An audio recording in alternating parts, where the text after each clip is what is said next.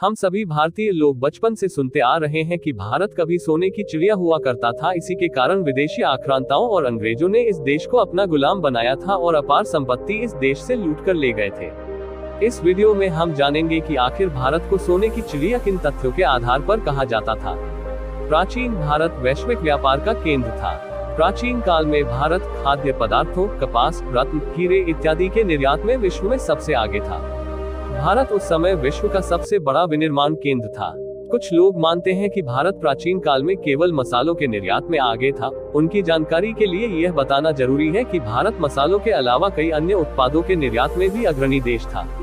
भारत से निर्यात की जाने वाली वस्तुएं भोजन, कपास, चावल, गेहूं, चीनी, जबकि मसालों में मुख्य रूप से हल्दी, काली मिर्च, दालचीनी, जटामांसी इत्यादि शामिल थे। इसके अलावा आलू, नील, तिल का तेल, हीरे, नीलमणि आदि के साथ साथ पशु उत्पाद, रेशम, चर्मपत्र, शराब और धातु उत्पाद जैसे ज्वेलरी, चांदी के बने पदार्थ आदि निर्यात किए जाते थे।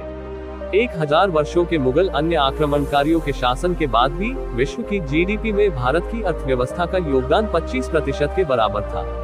इसी समय में अंग्रेजों ने भारत पर कब्जा किया था, लेकिन जब अंग्रेज भारत को छोड़कर गए तो भारत का विश्व अर्थव्यवस्था में योगदान मात्र 2 से 3% रह गया था। लेकिन आज भारत विश्व की 5वीं सबसे बड़ी अर्थव्यवस्था बन गया है। मुगलों के शासन शुरू करने से पहले भारत WSAKD और 1000 ईस्वी के बीच दुनिया की सबसे बड़ी अर्थव्यवस्था थी।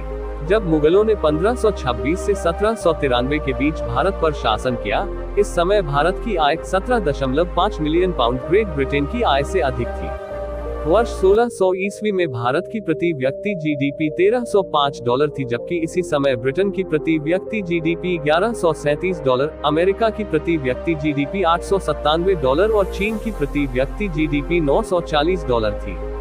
इतिहास बताता है कि मीर जाफर ने 1757 में ईस्ट इंडिया कंपनी को 3.9 मिलियन पाउंड का भुगतान किया था। यह तथ्य भारत की संपन्नता को दर्शाने के लिए बड़ा सबूत है।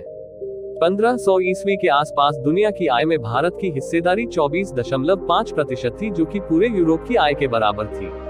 सिक्कों को बनाने वाले पहले देशों में शामिल 600 BC के आसपास महाजनपदों ने चांदी के सिक्के के साथ सिक्का प्रणाली शुरू की थी।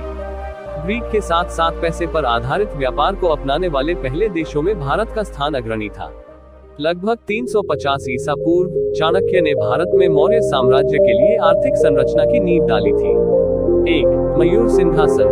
भारत को सोने की चिड़िया कहने के पीछे जो एक सबसे बड़ा कारण हुआ करता था, वो मयूर सिंहासन था। इस सिंहासन की अपनी एक अलग ही पहचान हुआ करती थी। कहा जाता था कि इस सिंहासन को बनाने के लिए जितना धन लगाया गया था, उतने धन में तो ताजमहल का निर्माण किया जा सकता था। लेकिन साल 1739 में फारसी शासक नादिर शाह ने एक युद्ध जीतकर इस सिंहासन को हासिल कर लिया था। मयूर सिंहासन का निर्माण शाहजहां द्वारा 17वीं शताब्दी में शुरू किया गया था। इतिहासकारों के अनुसार मयूर सिंहासन को बनाने के लिए करीब 1000 किलो सोने और बेशकीमती पत्थरों का प्रयोग किया गया था।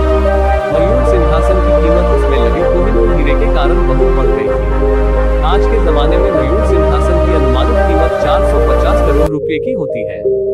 इतना कीमती होने के कारण ही नादिर शाह इसे लूट कर ले गया था। कोहिनूर हीरा। कोहिनूर हीरे का वजन 21.6 ग्राम है और बाजार में इसकी वर्तमान कीमत $1 अरब के लगभग आंकी जाती है। यह हीरा गोलकुंडा की खदान से मिला था और दक्षिण भारत के काकतीय राजवंश को इसका प्राथमिक हकदार माना जाता है। मंदिरों में सोने के भंडार। वर्ल्ड गोल्ड काउंसिल ने कुछ समय पहले एक आकलन में कहा था कि भारत में अभी भी 22,000 टन सोना लोगों के पास है, जिसमें लगभग 3000 से 4000 टन सोना भारत के मंदिरों में अभी भी है। एक अनुमान के मुताबिक भारत के 13 मंदिरों के पास भारत के सभी अरबपतियों से भी ज्यादा धन है। यदि मंदिर के आंकड़ों के हिसाब से देखा जाए तो भारत कल भी सोने की चिड़िया था और आज भी है।